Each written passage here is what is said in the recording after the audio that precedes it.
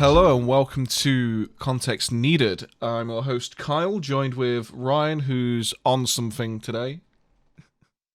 Look at him. He knows. He knows. I'm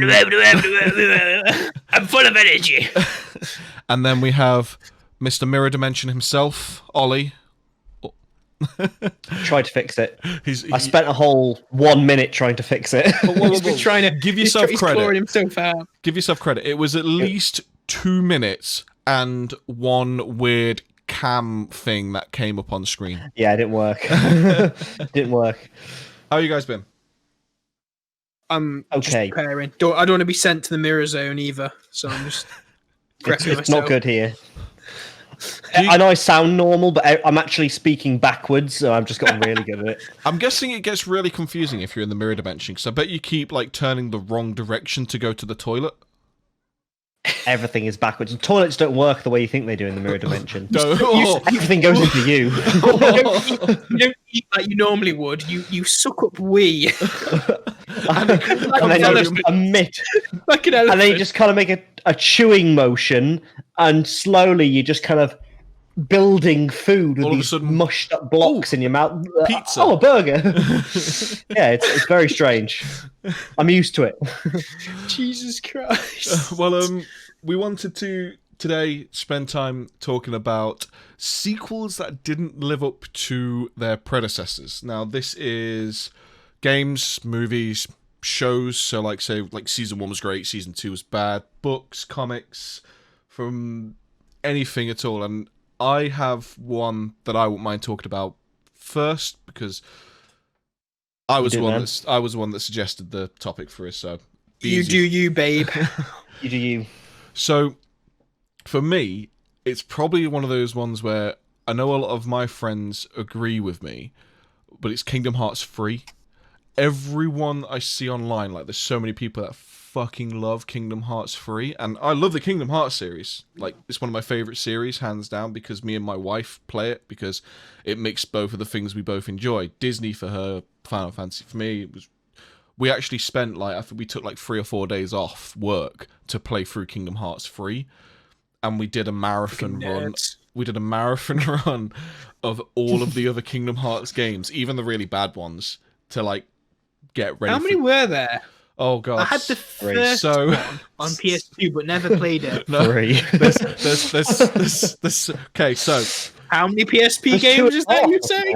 Oh, there's PSP games and DS games. So there's all of them are in collections as well. So you have Kingdom Hearts 1.5, which holds Kingdom Hearts 1 full mix, which is like the final edition the Japanese people got.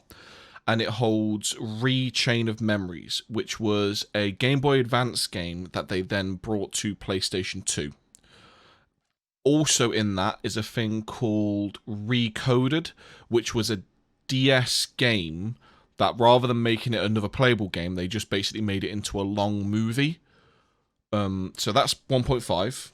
Then you've got 2.5, which is Kingdom Hearts 2 Final Mix. Birth by Sleep, which was a PSP game which is set before them all, and then 358 over 2 days it's called, or something crazy like that, which is another DS game that they turned into a movie. Then there is 2.8, I think it's called 2.8 Final Chapter or something, which has Dream Drop Distance, which was for the 3DS. Then there's one that I think it's called like 0.2 or 0.8 Fragmentary Passage, I think it's called, which is set at some time, I don't know, because it's all very confusing. And then there was a movie called Union Key or something, which was basically the story that the mobile game did, because they, out of nowhere, pushed that story into it all as well.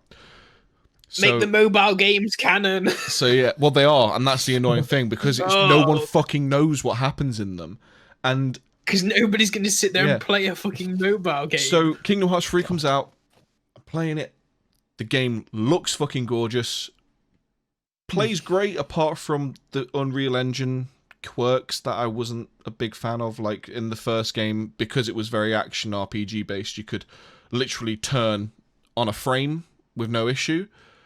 But with the Unreal Engine and the way their animation system works in this game, you can't turn on a frame, so sometimes you try and turn around and you have to wait for the animation to play, which sometimes gets you hit, but that wasn't the biggest issue. The biggest issue was the fucking story. I went along with all the fucking craziness of the story, and I was along with the ride for the entire way.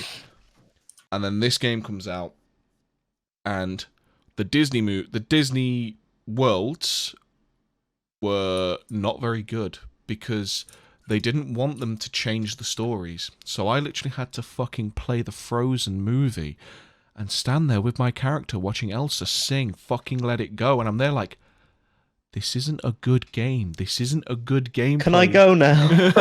I'm not enjoying. The best bit is like she's actually doing like the parts from the movie, like running across a bridge. She's singing the song, and then literally it just cuts to Sora, Donald, and Goofy in the background. Like, wow, she's a really good singer. It's like, what the fuck is this? I'm sure glad they added this to the game. It's just like, it was so stupid. But like, the worst bit is all of the main story happens in the last half hour, and it's not even good story in my opinion. I mean, I understand like sometimes having a bad guy that redeems himself is good because it gives you. Fuck out of here with that shit. When it's crap. well, the thing is, when it's a certain character, it can sometimes work. When it's a character that's shown conflict in what they're doing, it works because they did it previously in Kingdom Hearts 2, and it worked really well. I know we weren't gonna mention these films, but there is a set of films with a set of sequels where they should have done that exact thing, but they didn't, and it was shit. But we won't get into that because otherwise we'll just be talking about that. That's a podcast on itself, and I think we should finally do that next week because we've been holding off for it for so long. But yeah, so like they redeem all of the bad guys, and they all have a redeeming quality, and it gets to the point where like all of them, like all of the bad guys have a redeeming moment, and it's just like, he's been chasing me trying to fucking kill me for like 5 games. Why now? Oh, I was doing it because I wanted to save this. Fuck off. Make him a bad guy through and through. It makes it better. Actually, I was a concert pianist and I didn't want to be here. I was actually trapped in the mirror world, so everything I was doing was getting reversed. I was trying to save you, but it was happening in reverse, so it just made me try to kill you. It's taken me 500 games and 600 hours worth of playtime for me to realise that this is what was happening.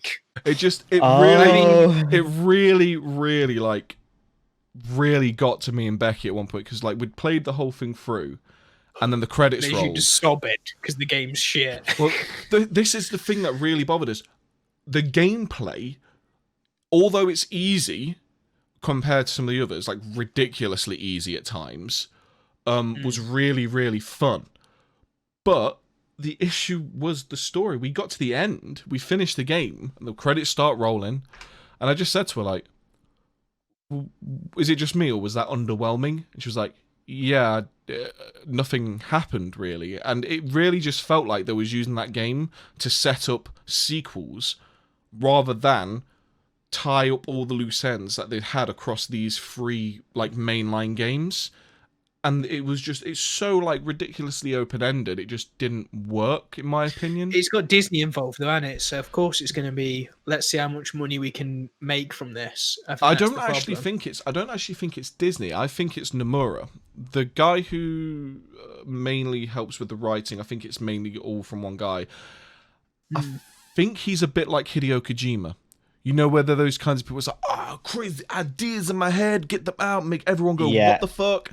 And then the game's just shy. Yeah, that's... Please stop. Yeah, and I think that's what happened here, because Tetsuya Nomura can write really, really good, intricate, detailed, like, plot lines, and, like, he can subvert what you'd expect to happen really well at times, but I think it's gone to his head where it's just, he's doing it for the sake of doing it now, and it's just not working.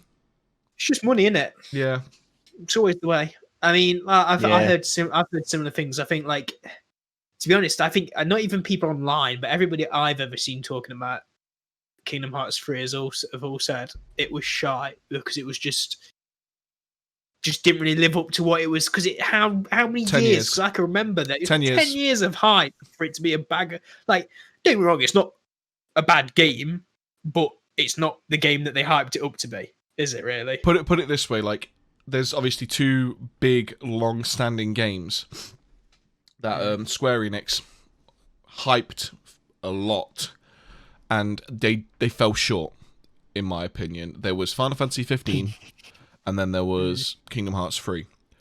And I enjoyed Final Fantasy 15 more story-wise than Kingdom Hearts 3. And Final Fantasy 15 is one of the lightest stories in a Final Fantasy game. But when you actually play that, you can see a lot of the detail was removed last minute. Still a decent game. Yeah, because I think we talked about it in a previous podcast, how I said they cut a load of the female character's story because they didn't want to show a woman in distress or something, even though she was a really strong-willed character. But I preferred Final Fantasy 15 story over the way the story was in Kingdom Hearts 3, and that's gonna trigger a lot of people, I think. It's the muting of ableist slurs. That's an ableist slur, Ollie. I don't want you to use that. I can't believe you would say such a thing. Wheels away. Shut up, retard.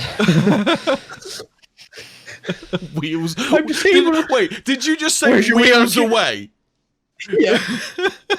Look, I'm going, lads. It's me. I'm gonna come in on a wheelchair one day. I was like, "Hello, gentlemen. It's me, Xavier." It's me, Xavier. Make sure you actually need it. No, I'll just steal my auntie's because I'm that type of bastard. Go on, then. Surely. I'm just trying to think of any. Surely you guys. I'd thought of one and then forgotten it now. I was gonna say I'm trying to think of it because like, there's definitely. 2020 is a pretty shit sequel. It's a pretty shit sequel, yeah. I prefer the prequel. This is the thing. Out of the trilogy of 2018, 2019, and 2020 was really shit in general for me. 2020 is just as bad. There's always something else. Basically, the idea we're meant to be going back uphill is be like, "Hey, this is great." It was gone fucking downhill straight away. There wasn't a hill. It was a fucking cliff face. Into a bottomless abyss. We're just hitting branches as we go.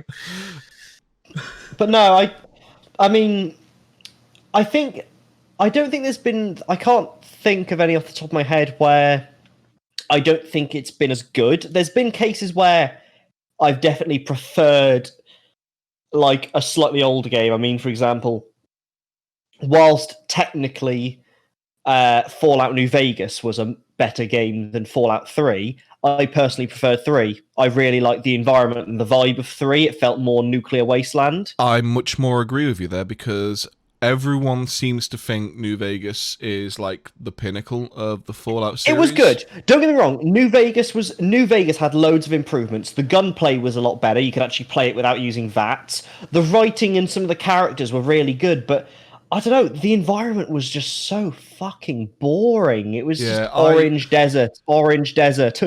I spent a lot of time in Fallout 3 because it kind of pulled me into it because obviously I played Oblivion a fuck ton and then I found out it's the guys. It was my first Bethesda game. See, Oblivion was mine and I found out it was Bethesda who made Oblivion who were then doing Fallout 3. And I spent a considerable amount of time in Fallout 3. Yeah. Yeah. It has its shortcomings. It is difficult to play it without VATS. But I really enjoyed that game. And I borrowed New Vegas because at the time I wasn't working. I didn't have the money to buy games. So I was a fucking college student at the end of the day. So I borrowed New Vegas from someone. I mean, I played it for like 5 days. After college and stuff. I just didn't pull me in. I just didn't get interested. Again, like you said, it was bland looking, and it was an objectively good game. Like I can't, apart from the kind of boring. I will say the writing is really good. There's if you level your speech, there's a really good ending you can get where you can literally talk the enemy down at the very last battle, and like it's quite a good dialogue. Like I recommend looking it up. I like games that do that, because Mass Effect does the same thing. Yeah, it was good for stuff like that, and I think that's stuff like that is partly why people champion New Vegas so much. But with Fallout 3, again, like, it was kind of before, because it was the early console days, and obviously back then console games didn't really track your hours or anything like that. I dread to think how many hours they put into just that game, where I'd just run around, I'd find stuff, I'd just explore random buildings. I wasn't playing the missions, I explored the world, and it felt like a fucking nuclear wasteland, and it was awesome. Yeah. Whereas New Vegas didn't. It was just like, oh, it's a desert, and oh, by the way, there's sometimes radiation and some mutants. It just, I don't know, I didn't like the environment. It's big and open, isn't it? I mean, I can remember I've not got past playing like an hour of it, and even then the hour of it that I played would just be me restarting it every time I played it. I'd only play about 20 minutes and I get bored. I mean, it had some good DLCs. I can't even remember all of them. I know there was the Sierra Madre one. I forget. That was where you were. I can't even remember. See, I never played the DLC in New Vegas, but I did. The DLCs were good. See, I played the DLCs in Fallout 3 because it was back. Also good. It was back then. Mothership Zeta. I didn't get to play Mothership Zeta, but that's because they never released it on disc. So I didn't have a console hooked up to the internet. So the only way I was able to get DLC was when they released it on disc. So Fallout as an expansion. Yeah, so Fallout 3 released the first 2 DLCs on disc, and then the second 2 DLCs on disc, which I think it was like the Pit, Broken Steel. Broken Steel. There was one where you went out into like the bayou and things like that, didn't you? Wasn't that Fallout 4?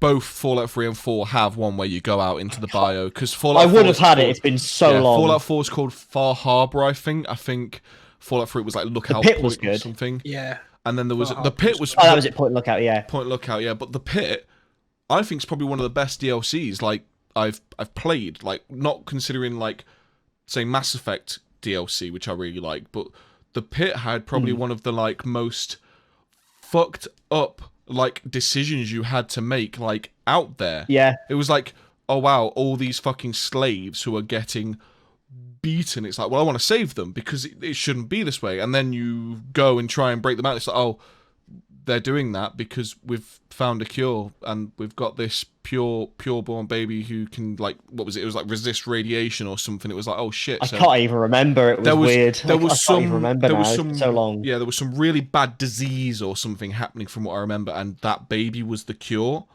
And the reason why they were keeping everyone segregated like there was to make sure that she didn't have any like bad things happen to her or something. Like if I'm wrong, then I'll have to look into it. But there was Operation decision. Anchorage. That was a good one as well. Yes, that was play in the Great War. Yeah, that one was and great. Chinese stealth suit. Oh yeah, I would say that DLC was by far. I mean, it was really good. It gave you the most OP gear. There was the fucking Gauss rifle, which was just one shot everything. Chinese stealth suit, which just crouch and you disappear, and it had good armor for really light armor. There was the T-51B winterized armor, which was insanely good. Yeah, that was the best power armor, wasn't it? I think so. It was just like everything about that DLC was just outrageously. You got the general's sword. That was it. Well. Yeah. Jingwei's shock sword. Yeah, I love that because I remember that. I played a stealth character anyway, and everyone does on the best games, don't they? Well, I was a stealth character that used the Deathclaw gauntlet because I just liked the way it looked. Imagine walking into a bar and like seeing someone else walk in holding a fucking gauntlet, and it's like, hi. It's just I'm not gonna mess with him. Yeah, literally made of like the scariest creature in the area, and that guy somehow killed it and then turned it into a weapon. Repurposed its hand, and now it ignores armor. And it was like, I would literally sneak up on people and turn them into giblets. That's how powerful that weapon was. I loved it. It was so good. And it made it even better when I had the sneaking armor. Sorry, what was you want to say? Yeah. I think like Fallout 4. There you go. There's a sequel that I think again it was one of those ones where when you good. It's not again, objectively speaking, it's not a bad game. But when you look at where it came from, they stripped all the good RPG elements, which I fucking don't know why they did that. It played very well. It had a looked sprint nice. function. That's all I'm going to say. It was Sprint functions. It was a weird one because you say it stripped all its RPG functions, but it didn't. It moved them elsewhere. So it moved all the RPG functions to like you had skills, you had all the like modification stuff, and like that was cool. But then it was just stuff like intelligence doesn't change how your character interacts as much. Your charisma doesn't change any of your speech options. The speech options are pretty crap, but I think it was the whole bringing the voice actor in. Like, don't get me wrong, it was a good feature. I didn't like the voice voice actors. It was a good feature, but I prefer, you know, like in Skyrim or the Elder Scrolls games. Well, you fill in. You are yourself. Yeah. This character, I think. It's a whole blank slate that you can imprint yourself onto. It's like, if I'm going to be this woman, I'm going to speak like this. And I'm like, but I don't want to speak like this. Or if I'm the man, I speak like this. That's it. You know, that's who I am. I think one of the best character, like I'm a ghoul or anything. Yeah, I think one of the best games I've played, which gives you like free reign over the voice that your character does, funnily enough, was Saints Row. I played Saints Row 3, and not only do you get to pick the style of voice, so like will they be cocky, will they be like stubborn or whatever. I think there's like 3 or 4 choices you can make there, but you can also modify the voice to be a higher pitch or lower pitch. And when you do like the delicate modification, it still sounds realistic. Obviously, if you go all the way to the ends, then it sounds comedic. But when you do like a delicate kind of change in it, it still sounds like a real person. It still sounds human. So you really are able to like nail down how it sounds. And then it's Saints Row, so you do all the weird shit you do in Saints Row. So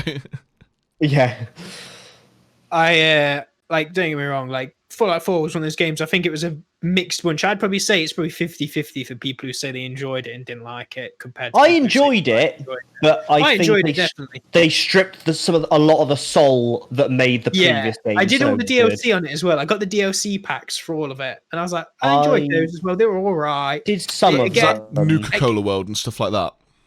The problem is with Nuka DLC World was quite nowadays, good. do you remember when you used to be able to get DLC and it was DLC and it'd be like, I'm getting a lot of more playability out of this. I didn't find the previous Fallout games. I mean, that's what I mean. It's like the DLC from Skyrim was fucking huge. Like, Dragonborn was okay. I'm not too keen on that one, but it was I think that's the only DLC I didn't finish. I didn't really like it. A lot of the time when I play Skyrim, I'd play it modded, and I'd play it so I pick a character, and I wouldn't actually play as a Dragonborn. So I don't get any of the shouts. And the game is so much harder because you can't just turn around when you're like surrounded and fuss road everyone to fucking nowhere. So you're stuck there, and like it changes the way you play. And I think the only other times you see RPGs where you can kind of do that more is when it's like an MMO RPG. Yeah. But even then, you're limited by the fact that it's an MMO RPG. Where you're not the hero, basically. And the play style's very... I don't like MMOs. To be fair, I think that's Kingdom Come was kind of good for that. Going just briefly before we move off of MMOs, that's one thing that's always pissed me off about MMOs.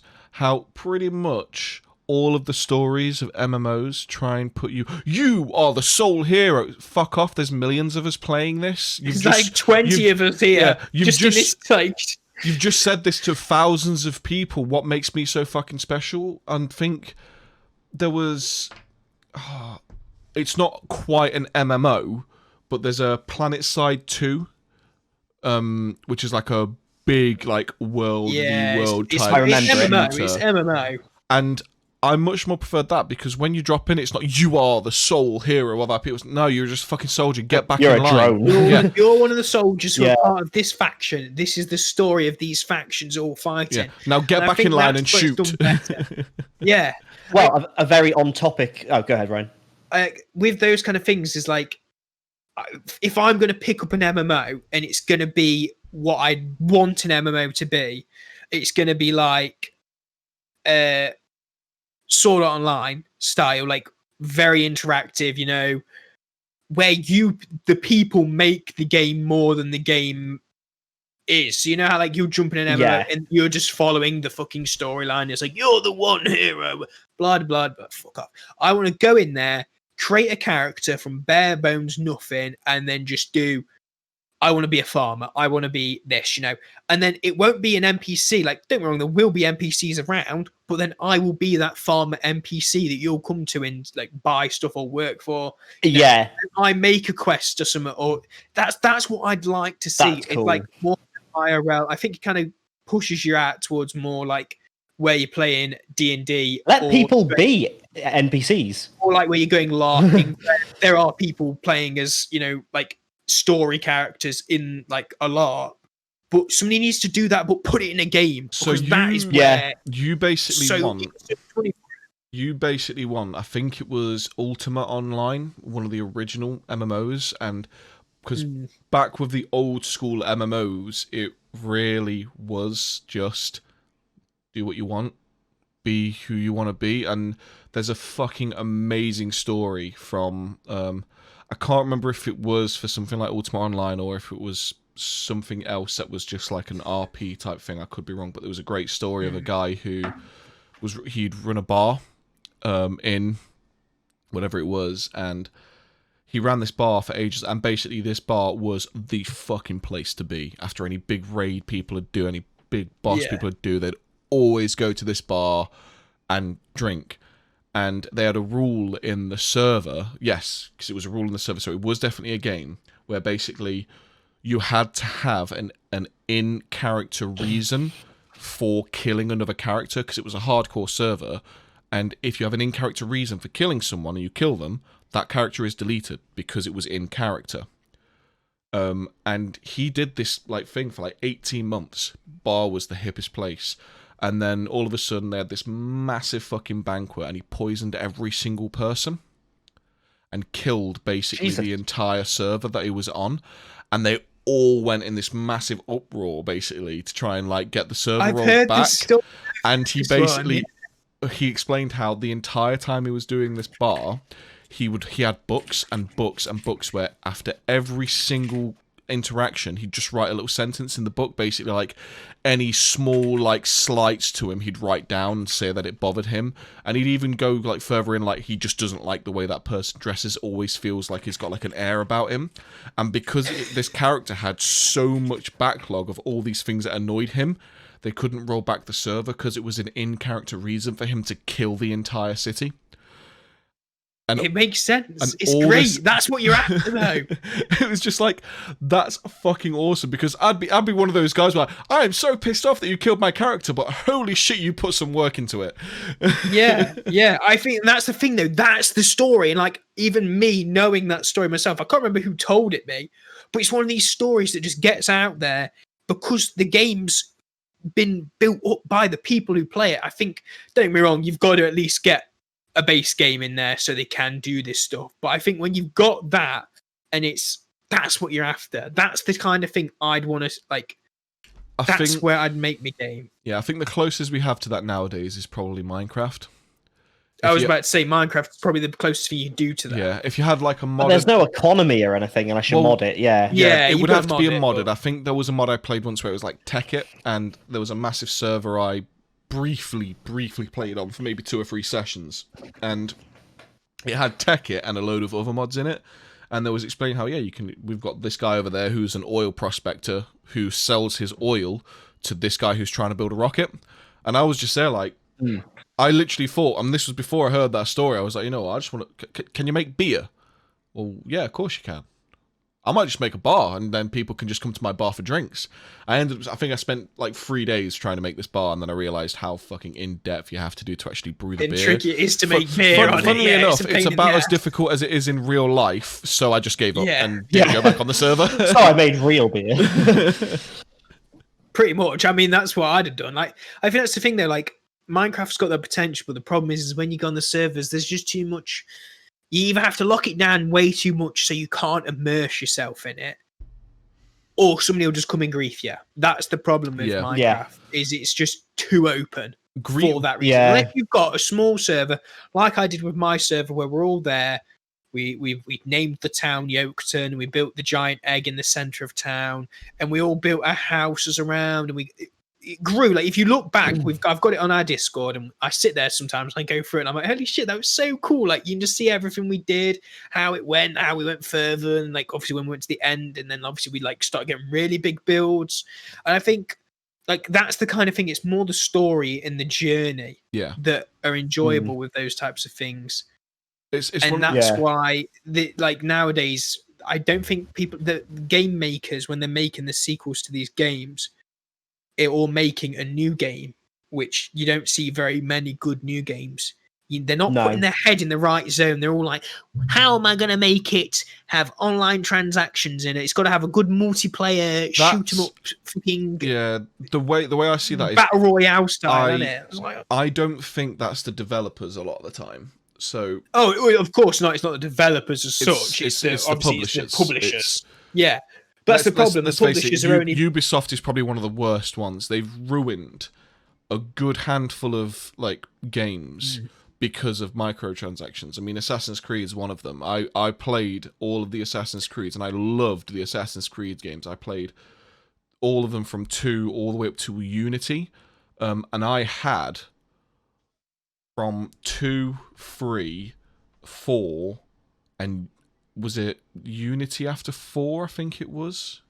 Yeah, pretty sure. Yeah, Unity. Oh no, it was Brotherhood. Brotherhood was after like 2, no, Brotherhood was Brotherhood and Revelations was in between 2 and 3. So, but the mainline games all the way from 2 till Unity, I still have actually the massive Ultimate Collector's Edition that used to cost like 150 quid because I wanted the figures. I loved the statues that they made. And I used to get that every Christmas, every year, without fail. I'd go to my girlfriend at the time, now wife. I'd say, just go to anyone else in my family, get them all to join up, get me that. That will make me happy. I used to do that, and I played all the way up to Unity, and then when Unity came along, it was like, okay, so they've changed a lot of the stuff, and fair enough, like a lot of the stuff, when I look at it now, it works better. It's a much better game.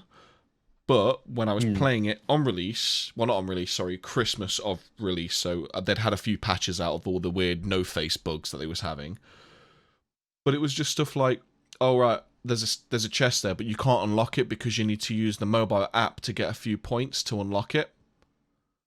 But my phone doesn't support it. My phone didn't support the app, so I'm no longer allowed to have this in a game that that has been paid for. Okay. You can't access content, basically. Yeah. So it's like, oh, okay, well, I'll just try and do some other things. Oh, I'll go and upgrade my my armor or something. And it's like, okay, so, oh wow, I need really a lot of money to upgrade this armor. I need like 100,000, whatever the currency was, and I've got 1,000. Oh, but I can pay for hack money, which is a microtransaction money. Oh, so that's probably that's probably why it's inflated costs then to make me go and buy that. But I don't want to do that. This is why games are crap, is because the industry's just it's swelled with just this there's just this need. Apparently there's this massive need by publishers. We've got to make as much money as possible out of this one game in as many ways as possible. So it's the games as a service model which really brings it down. It's crap. It's like nobody's after this. Nobody actually think the problem is gamers and people in general nowadays. Nobody's got the bollocks just to say no, I won't buy that game, because apparently, like, to get the sixth Call of Duty, you have to get that next one, or you have to get the fucking. They have to have that sequel, even though it's not that good. And that's the problem, because we keep paying into them, and people keep paying into these games. They just keep making more shite because they know people will buy it. But then people are actually looking for a good game. We're all starting to struggle now because people are just making shit games because they know they can get away with it. When was the last time you played a game that you chose like evolutionary? Could you just repeat that for us, please, Ollie? We had a bit of a drop in the connection. I got like the end of it. Like, when was the last time? Sorry. I was just gonna say, like, when was the last time you played a game that had like a truly new idea? It was a new game that hadn't been done, or it was just totally revolutionary. When was I'll exclude VR because being in VR kind of is its own thing. Yeah. So excluding that, it's technology more than the game, that is. Yeah. That's what I'm saying. Yeah, I like think actually, well, also VR allows for just kind of interacting with games we in a say different way that as well. actually. 2 games that I think of, and I know one of them wasn't, anything brand new because there was a game before it which had done it, and that was Minecraft. I think it was the first big, really big sandbox, like open world, fully like you can just jump in this world and do anything you like. Do you know what I mean? And live kind of thing. Yeah. I think that was big, and it was when I was about 13. So it's like, holy shit, look at all this shit I can do. Yeah. And then VR chat. I've not played it in VR because I don't have VR, but VR chat. I think I would say again, VR chat had kind of been done with things like was it Gaia Online? I think it was. Yeah, and then there was that. There was Gaia. All joking aside, like don't get me wrong, it's a much infinitely more primitive version, but Habbo. Oh Habbo. god, fucking Habbo. If you think about it, Habbo was basically ultra primitive VR chat. What was that other one then? There's that other one where it was like it looks a bit like Penguin. Sims or something. Like, well, it's Club Penguin. Looked like Sims. I don't know. Yeah, a little bit like Sims. There was one on PS4 Second Life. for a little bit. Second Life. That's it. Second Life. But yeah, the thing is, I think with the timing, VR chat obviously picked up on VR technology. And I think it was I think it's the first one where it's really excelled in its area. Don't get me wrong, obviously Second Life and Habbo were big to their own extents, even with Club Penguin for kids. Yeah, but I mean, I used to be that hardcore, but I think it wasn't just the technology which really like made it shine. I think it was just the look at what's happening when all these people come together, and in the end, they're just talking and they're just creating stuff that's building this game. Yeah, obviously all the skins and like the animations they've made for it where like they pull out a sword and like all the anime bullshit, and it's just like, oh my god, that's so cool.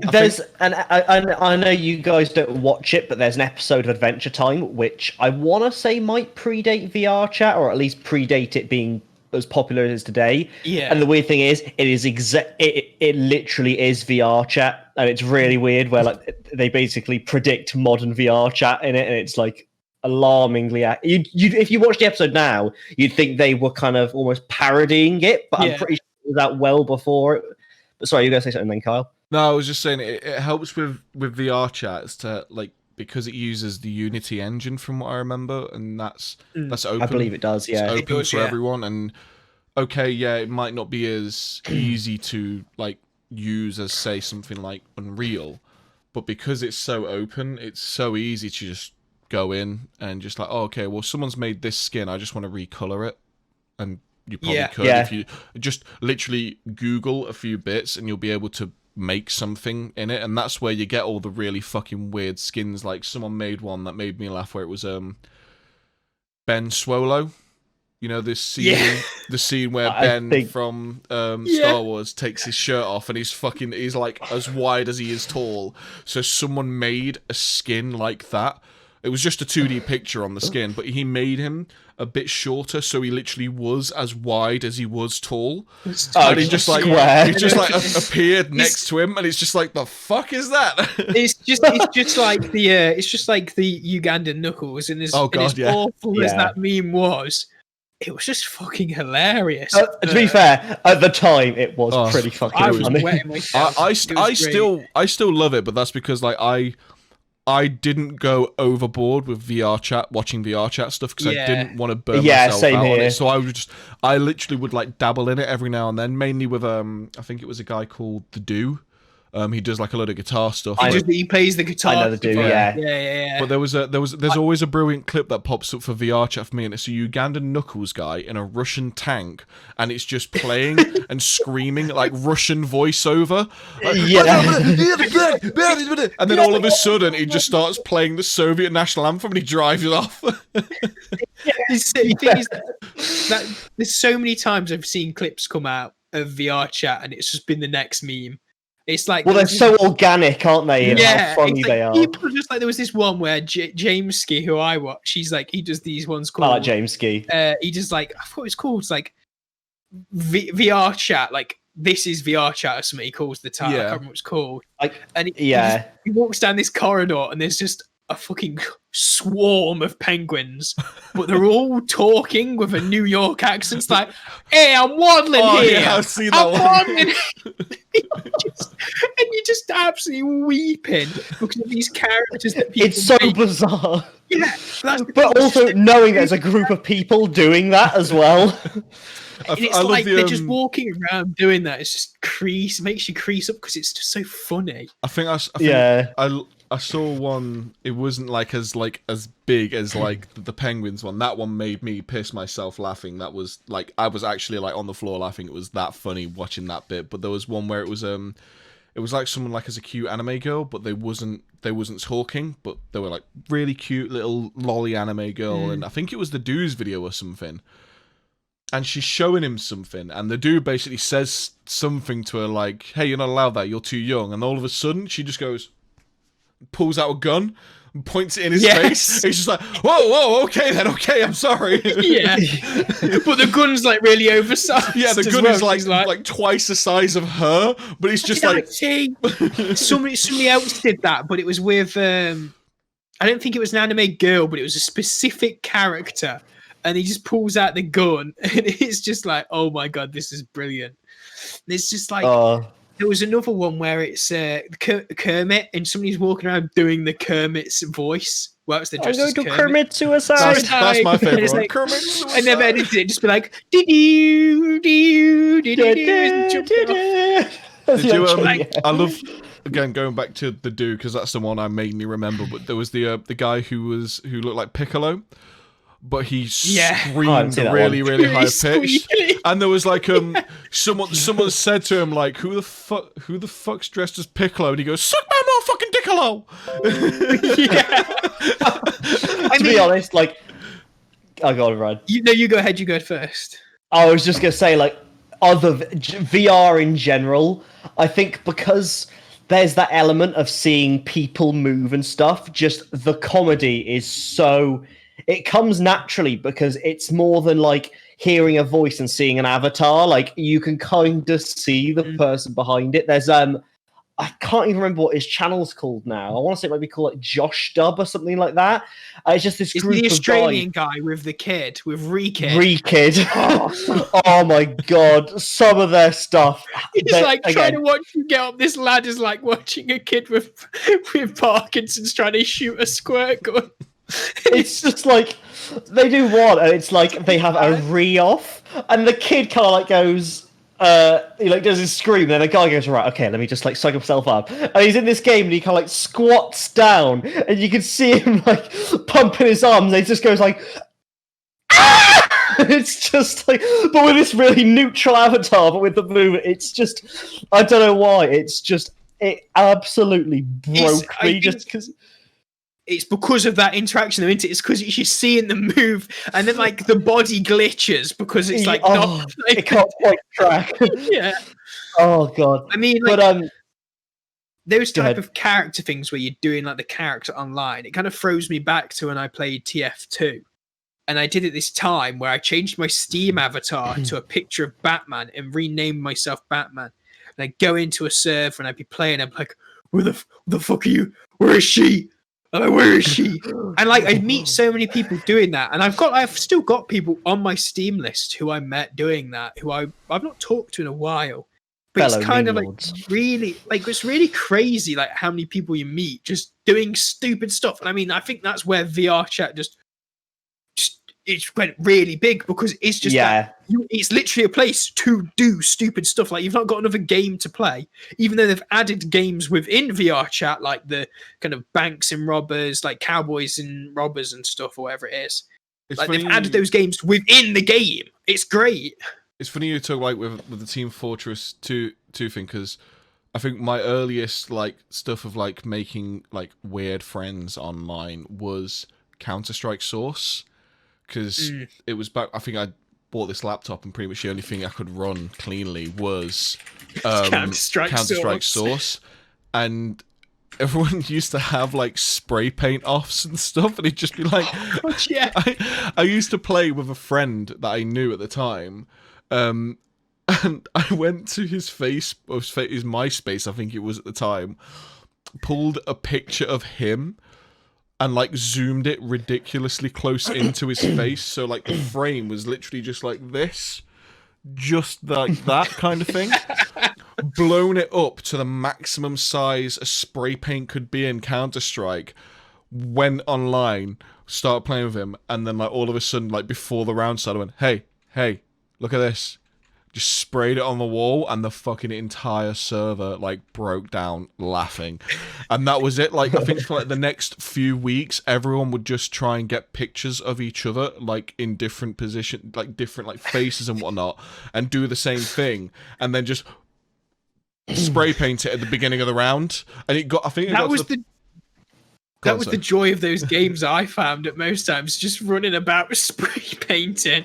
You're there, all there meant to be like defending the fucking bomb as it goes on this train car in TF2, but you're all just sat there at a wall, crouching and spray painting over we each used other. to always do we always used to play gun game, but the way our gun game would work is rather than it being a consistent respawn, it would be like you have one life, you die, next round, and it would just be gun game but with rounds. So it would always be funny because at the end of the if there was two people left, one on each side, a command would pop up saying, "Do you want to settle this like men?" And if you said yes, what would happen is it would force drop all of your weapons, so you only had your knife, and then a beacon would happen on both of you, so it literally forced you to have a knife fight. And if you refused the knife fight, everyone would just berate you. Just like, because you refused the knife fight, and everyone would just rip into you. And it used to really annoy me because I couldn't do knife fights. I couldn't use the knife. I was too bad. So I never got into it. I always used to say no, and they'd be like, "Oh, take the piss." But then there was one particular time where I just didn't say no, and I did a really, really scummy thing where I like walked over to him with the knife out. He pulled his knife out. I pulled my gun out and shot him in the face.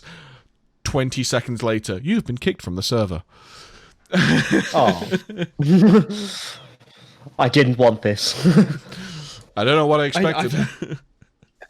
I know what I've got to do. I just don't know whether I'm strong enough to do it. Oh, yeah. I think that was the gold time. There was the spray paints in I used TF2 to and just Source games in general. Yeah. There was a picture I used to spray, and it was a bit of a dirty tactic, but it was a picture of like these two girls. I remember the one had really good boobs, and it was just like another with a head near the boobs. I swear to God, it wasn't porn or anything like that. They were both fully clothed. You could spray that anywhere, and if it was a guy, they would always stop and look at it, and it was just like the You get so many cheapest kills. thing. I mean, I wouldn't even. No, I didn't get many kills. I was shit at Counter-Strike, to be honest. But like, it was funny spraying it and watching people stop and just go. It was so funny. That'd be great for TF2, to be honest, because then you just play as the spy and just go invisible and stand there behind them and just be like, backstab. Yeah, I never played much TF2. TF2 was good. I tried to get into it. I just couldn't get into it. It was just boring. It's one of those games I just never understood the hype over. Like, I did play it. I had a good go at it, and I just didn't like it. I just didn't think it was that good. It was just literally a generic shooter. But I guess that's kind of what it's meant to be. It was good, but if you played it too much, you get bored. It's just the same as Overwatch. Overwatch is just TF2, but with I don't understand Overwatch either, to be honest. That's what I mean. I don't understand these hero shooters at all. They are literally exactly the same games. It's weird because different I couldn't get into TF2, and I was never able to get into it. I understand like the popularity of it. I understand technically it's a very good game. I think it was the feel of the game for me, like the way the movement worked, because obviously it uses a Source engine. It's very similar to the Half-Life movement works, and I think the way that movement works is good for a single player game, but it just didn't work for me for a fast-paced multiplayer game. But I do like Overwatch. I played Overwatch quite a lot, and it's because it's got waifus. I mean, waifus help, but I think it was the feel of the movement for me as well. A lot of the time of it. So I played a lot of Overwatch. I spent a lot of money on loot boxes for skins. I think we've both talked about how much we spent on it, and I was like, oh yeah, maybe spent like 20 quid. And you was like, you fucking casual. The game's like 60 quid into it, like thingy. You can get it for like £15 now. I got it for like 49 quid when it was like still quite new. It was like a few months after release, like early the next year. I spent easily over £100, maybe even over £200 on loot boxes. Okay, Because I am a filthy waifu-loving cretin. I was going to say, because I'd say in one capacity or another, we've all done it. What would you say is your worst game that you've paid in microtransactions with? Because let's be honest, we've all fucking done it. As in how I much think money? Yeah, just what's the worst one you've been for? Like, what's the game where you've done a bit more than you want to?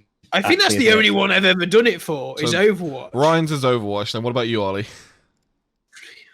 Probably GTA 5. There's games like the Hunter Classic was free to play, but you had to pay for like the guns and stuff if you wanted more, and I didn't mind that. You'd pay once and you have them. Yeah. And I actually don't mind that style of thing where a game's free and you get a kind of base amount of content, but then like you can pay for a bit more. And it wasn't expensive. It was like, it's just like if you wanted a gun, it was like £2. It wasn't crazy. And it's like and that was it. But I would say my worst. So I've put a lot into War Thunder, and I don't really care that I've put into War Thunder. I put a lot into it. Don't get me wrong. I'd say I'm into the hundreds at this point over the years. But GTA 5, I don't want to even think about how much I put into that. So I've also spent money on Pokemon Go. I've probably spent about 100 quid on Pokemon Go.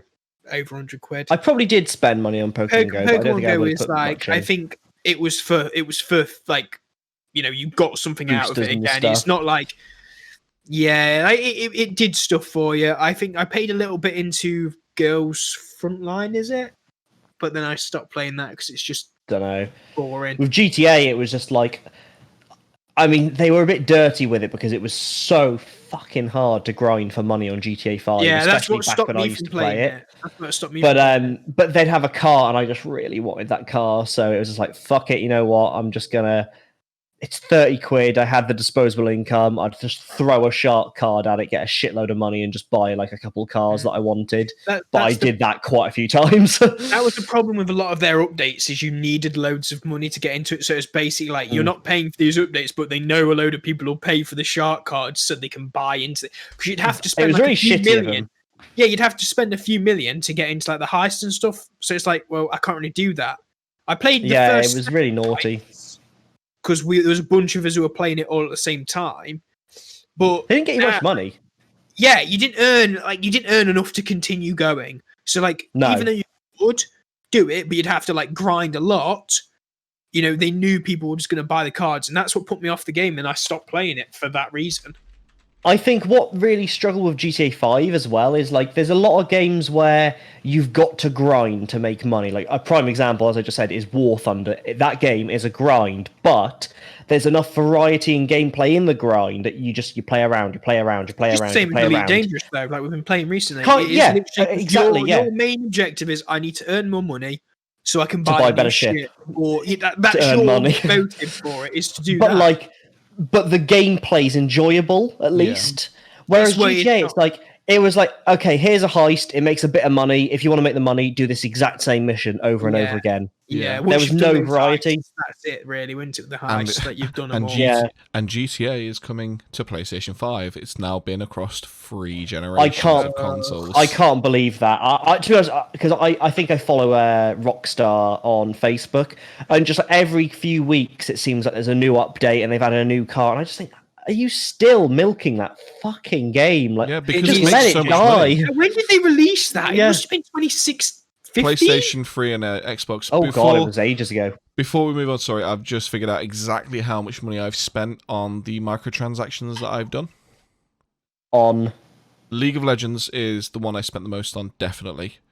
And it was 100. That just makes it worse because it's for a shit game. Hey, it was good back when I played it. £117 5 pence. Exactly is how much I've spent. 17 or 70? 117 17. Is that all your games? No, that's just for League. That's just for League. Or is that just for League? That's just for League. It's just for League. Okay, I was about to say, if that's for all your games, that's like casual. I've probably put like, there's a few mobile games that I've played like that I've put like a couple of quids in here or there, but that's the most prolific one I've I think Overwatch has definitely been my worst. Overwatch has. I mean, GTA 5 was released in 2013. Yeah. Mm-hmm. 7 years ago, and they're still, we're bringing it to PS5. Who the fuck's going to be playing that shit on PS5? A lot of people. Nobody. I bet you a lot of people. A lot will, of because children. it's literally printing money for them. It still is usually in like the top sellers rankings because people get banned and they just buy it again. If they'd said Red Dead 2, I'd have been like, okay, you know, it's new. But I mean, like, don't get me wrong, the game's good. GTA 5 is a genuinely good game. You can't deny that. But I think it's like with their online content as well, it's just like, and the fact that they're like, oh, anybody who gets it on, who's got it on PlayStation 4 will then get it on PS5 with all this extra cash. It's like, what about us on PC or Xbox who have been sat here grinding? It's because Rockstar have a deal with PlayStation. A deal with PlayStation. Yeah, they've had one it's for not ages. It's not an exclusivity deal, but they basically. I can't remember exactly how it works, but I've got a feeling PlayStation paid them a fuck ton of money basically to say you have to release your stuff with us first, and you have to give people benefits for playing on our system as well. Basically, just to get people to buy the PS5, which is fair enough. It's still money making. Yeah. But it's the way that's what they're going for. It's the way Xbox did things as well, because they did it with Tomb Raider. Mm. The Tomb Raider games were locked to Xbox for I think a year. Because Tomb Raider didn't, apart from the first remake Tomb Raider, there was the next two Tomb Raiders, like Rise of the Tomb Raider and Shadow of the Tomb Raider, I think they were called. Those two games didn't get released on PlayStation 4 until they had the Ultimate Editions out. It's like, I don't think you can buy a standard edition of Rise of the Tomb Raider on PlayStation 4. I think it has to be Rise of the Tomb Raider Complete Edition or whatever it's called. Yeah. I find, like, that's the problem. I was talking to one of my friends the other day about this, and I was saying like, I really like the idea of these game specifics because it gives you a reason to buy all the consoles, you know. I mean, but nobody's doing console specific games well within the Xbox and PlayStation 4 market really anymore. I don't think you're seeing any like console specific games which are like, this is something really cool. I disagree with you there personally, because PlayStation 4 had God of War, which was okay, a massive departure from the original God of Wars. It's very, very different, but it's fucking amazing. And there's also, there's Last of Us as well. There's I mean, obviously I'm going to lean more towards PlayStation, but that's because that's what I play. But I think PlayStation definitely has better. I mean, like, I think from my perspective, it was Xbox. And I mean, the Gears of War games now, like the Gears of War 1, 2, and 3 to me, I didn't play 1, but I played 2 and 3, were really fucking good. But it's just got to a point where it just feels like they're just pushing it out for content, like with Halo as well. It's like, this isn't anything unique. This isn't anything new for us, you know? This isn't a game we want to see. Just doesn't seem like they're actually trying. Sorry, one sec. Ollie, what's wrong? I just looked up how much I've spent on War Thunder over the years. Oh God! How much? Okay, Kyle, I'm afraid I've absolutely blown you out of the water, and I'm almost embarrassed to look at this number. I was listening. I was listening. War Thunder. But no, I was listening to you, Ryan, and I could hear the tapping. I was adding up the numbers, and I could just see your face every now and then, just going, oh. That's over many years. So what's this? Danny's now like, we could have bought a fucking car with that. Absolute shock. Danny's there like, it's a fucking house deposit. In my defense, give me shit for buying Sims games. Yeah, fair enough. Come on, drop it. Drop the number. Oh, I don't want to. Do it. Well, this is the thing. What you need to understand is we are pretty much ending the podcast on how much you chilled out for this. I want you guys to try to contain your reaction. I want you guys to try and keep a stone face for as long as you can for this. Are you ready? Yeah. I don't know how long this is over. Let me just see if there's if it's dated. I will see how. Okay, this dates back to 2014. To be fair. Okay, so which makes me feel 6 years. Which makes me feel slightly better about it, but not really. This is a free game. This is a free game from like base. Yes. Isn't it? Yes. Yeah. At least you've not paid anything for the base game, right? Yeah. This guy. Well, I mean, yeah, it's a free game. You've got 1 minute left, Right. man. Just tell us. Gentlemen, poker faces, please. I can't now. Poker face, come on. £869 and 1 pence.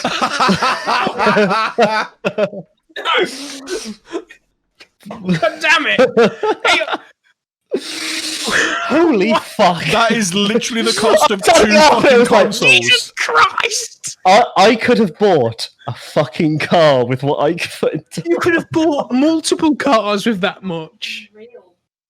Oh my Since god. 2014. And bear in mind, 2014. he says he spent a lot of money over a multiple of games. So this is just one of the games he spent money in. I would say that's probably the worst. Yeah. To be fair, that's Yeah. gotta be the worst. The worst compared to, the other 2 you spent 400 quid on. See, the thing is, though, like, what you've got to look at it is, though, is Ollie's done this. Like he says, it's over a 6-year period. 6 years, and it's been like, bear in mind, this has just been it's just literally been maybe like once or twice a month. It's been, oh, go on, I'll chuck a tenner at it just to have a premium account, or to have, I just want to boost the research because I can't be asked to grind. It reminds me. And I was going to say, in my defense as well, the way I look at it is, It's an I addiction. probably paid. It is an addiction. I probably paid less money to skip the grind than I would essentially make in that time working. I see what you Like, mean. let's say I've spent an hour's wages to skip probably about 2 to 3 days grind. Yeah. So Makes sense. in that regard, I still feel like I've come out on top, and that There's- is what I call a coping mechanism. And then we just smash cut to Danny's face like, no. That's it. Ollie won't be here next week because he'll be dead, or he'll be working double time.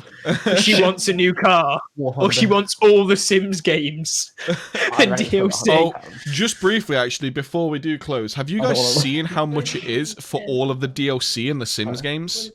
I don't want to know. It's probably like it's something like that, £1,000. sorry? So just briefly before we close, like, have you seen how much it is for all the DLC in the Sims games? Well, that's what Danny just said. She said, next time you tell me off for buying the DLC. Granted, Danny hasn't bought all of... Have you bought all the DLCs? she is now. She's like getting. She's all looking on guilty board. now, so... Okay, Danny's looking guilty now. She gets Not them in all- the half price, apparently, so now it's only £500. I mean, But there's- yeah, because you've done this over multiple Sims games as I well. mean, to be fair, I did buy a Well, look at this way. Switch just to play Animal Crossing. That's true, yeah. She bought a £350 Switch just to play Animal Crossing.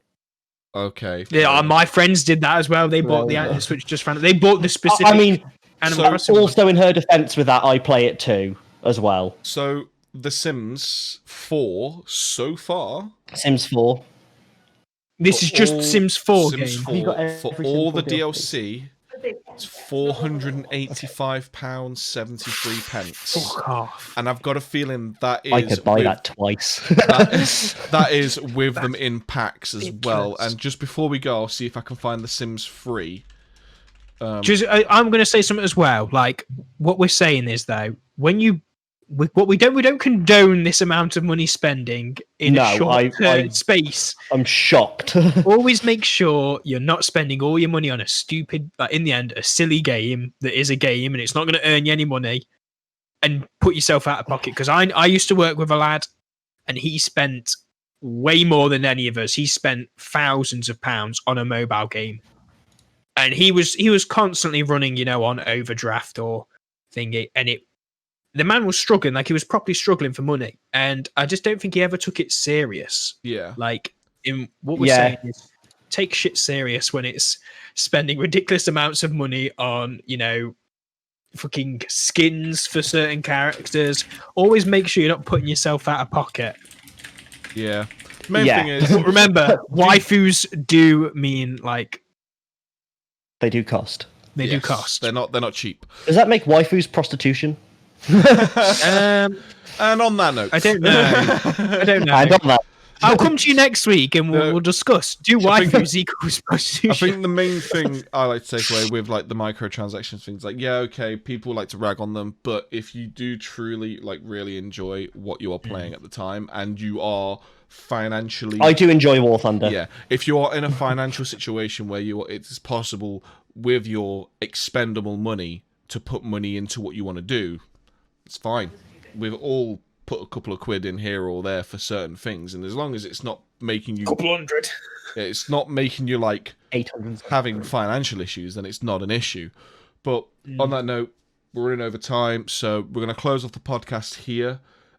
If you do have any questions, queries, or like interesting stories you want us to talk about, just contact us at contextneededpodcast@gmail.com. But Share us with your friends. Yep, share us with your friends. We're on many things now. I just got another email from Anchor letting us know that We're quite a big deal. You may have heard of us. Who? Do you know who I am? Yeah, I like to go to my local restaurants and ask for free stuff because I'm an influencer now. Oh, God, don't. I got called an influencer once when I was doing my YouTube channel. I was so offended. Well, anyway, from me, Kyle, I'd like to say goodbye, and from Ryan and Ollie, Auf Wiedersehen. I have made a terrible mistake. Anyway, we'll be off to the job centre. We'll be back next week, same time as usual, 9 p.m. GMT. But from all you guys listening to us out there, thanks for listening and thanks for watching. See you later. Bye. I think.